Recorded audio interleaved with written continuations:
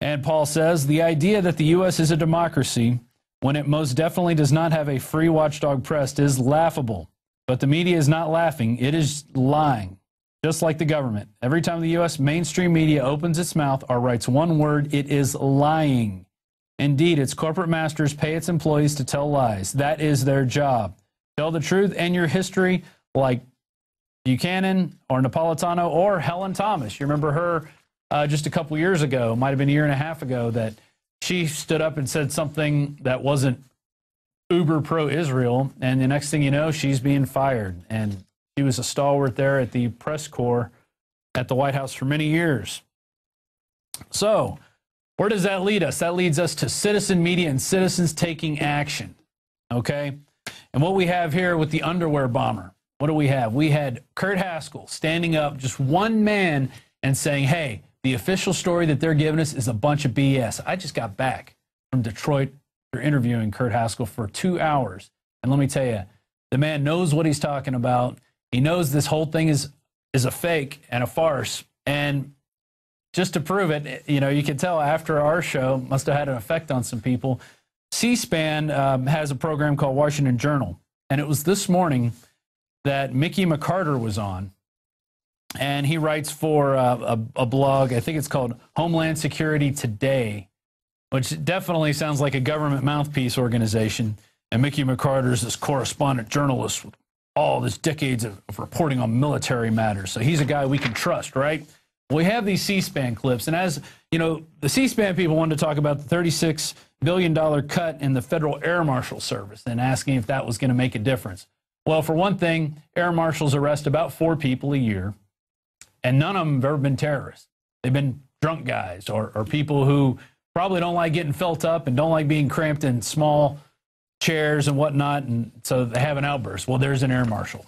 Unfortunately, we've never had air marshals where there were terrorist attacks.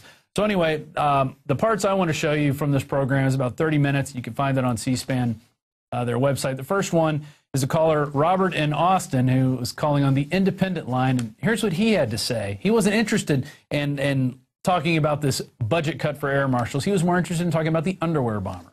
Robert, independent caller in Austin, Texas. Good morning. It's amazing how much different information on this underwear bomber there is. This guy never had a visa. The gentleman was let on the plane, literally forced. They tried to keep him off the plane, and 2 attorneys who have just submitted, you can go look on YouTube, said that he was let on the plane forcibly. He was denied access to that airplane 2 or 3 times in some unnamed office in the U.S. government. And you should look this up, sir. They let him on that plane forcibly. He was not allowed to be on that plane, and somebody put him on that plane. Now, why would a CIA agent, the unnamed agency, want to get that guy on the plane? Oh. I'm not familiar with the story of anybody attempting to stop him. This guy has no idea. My understanding is that the PETN that the underwear bomber was carrying typical was government response. Let's get rid of him. Get rid of him. We'll come back to him later. Mickey McCarter. He's not familiar with any of these stories. He's an investigative journalist, but he's not familiar with any of this stuff written about the underwear bomber, most of which came out from the websites MLive and Detroit Free Press, who are actually publishing part of the truth for a while. Although I went back today to try to find some of the articles Kurt Haskell was pointing me to, and a couple of them have been removed. And the one in particular is where Undersecretary Patrick Kennedy is saying, hey, we let the guy on the plane because we wanted to see who he was working with. So why don't you just check the security cameras in Amsterdam, see who he was working with? You know, some Kurt Haskell, who wanted to testify, said, hey, I saw a sharp-dressed man get this guy on the plane. Said he didn't have a passport, and so they let him down a hall. They said, go ahead, you have to go down and talk to some other people. That's what happened. At least that's what Kurt Haskell said. And he said he's got another witness that confirmed it, but they're afraid to come out and talk. So we got Haskell. He's the only one at this point. Next, we have Devin in New Hampshire, who must also be a listener and doesn't like seeing this garbage spewed on C-SPAN. Here's what he had to say. Looking in Derry, New Hampshire. Good morning, Devin. Good morning. Hi there. I heard your guest mention the underwear bomber a little while ago, and I just wanted to mention Attorney Kurt Haskell's testimony at the Muttalib trial last week. He was a witness to the event, and his blank he stare. says that has no thought in his Muttalib brain. didn't have a passport, and wasn't going to be allowed onto that plane, except he was escorted by two men in suits who claimed national security in order to get him onto the plane. And Kurt Haskell, in his testimony, said all this. He wasn't allowed to actually be from Homeland Security trial because they got him to plead guilty. But I just feel that the real terrorists that we should be afraid of is our federal government, and the TSA sticking their hands down our pants isn't going to make things better. It might. They cut him off. I appreciate that last comment, but yeah. Devin's bringing up this question that one of our earlier callers mentioned of an idea that Muttalib was somehow forced to go on the plane or was escorted by agents of some kind. Okay, yeah, there we go.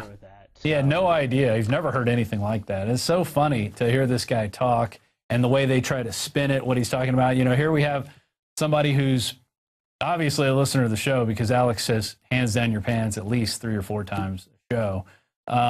He's out there at least talking what the rest of America is talking about. They don't like being felt up by the TSA. And the reason we have the TSA feeling people up is because of this case. This case is crucial. Since 9/11, this has been one of the biggest non-terror threats to come across that's been used to, increase our security in the form of safety, in the name of safety. And, obviously he hasn't heard and he doesn't want to know about it. This last caller, Mark, it was from Michigan. He gets on, says the same thing, tells the guy he can't believe he doesn't know any of this. And then finally, it seems like Mickey's going to wake up and he's like, well, I'm going to do a little investigating. So here's the call right here. Wayne, Michigan, on our independent line. Good morning, Mark. Yes, I have a question about you claiming that you had no idea about that underwear bomber being helped onto that plane. I live on disability, and I even knew about that. If you've seen the evidence that I have gathered about this individual and about the warehouses that were completely filled with all of these body scanners and no airports were buying them.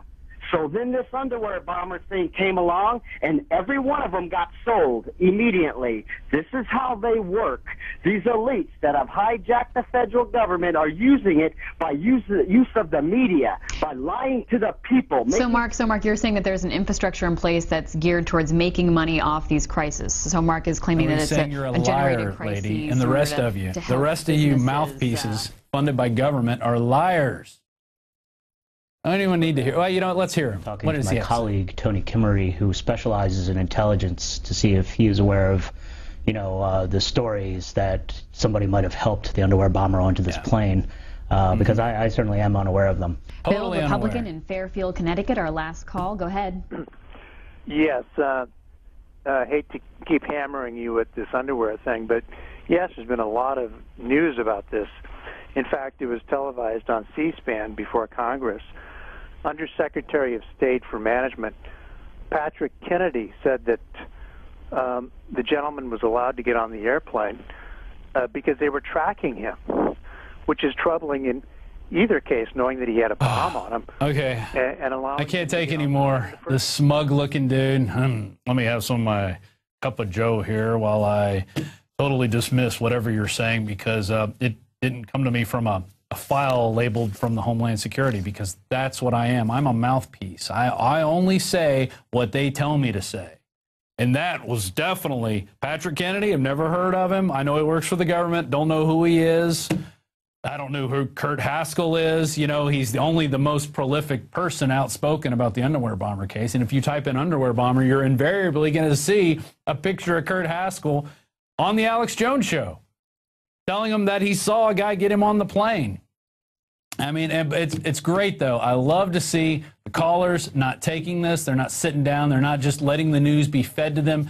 They are culture jamming, and that's what we all need to do.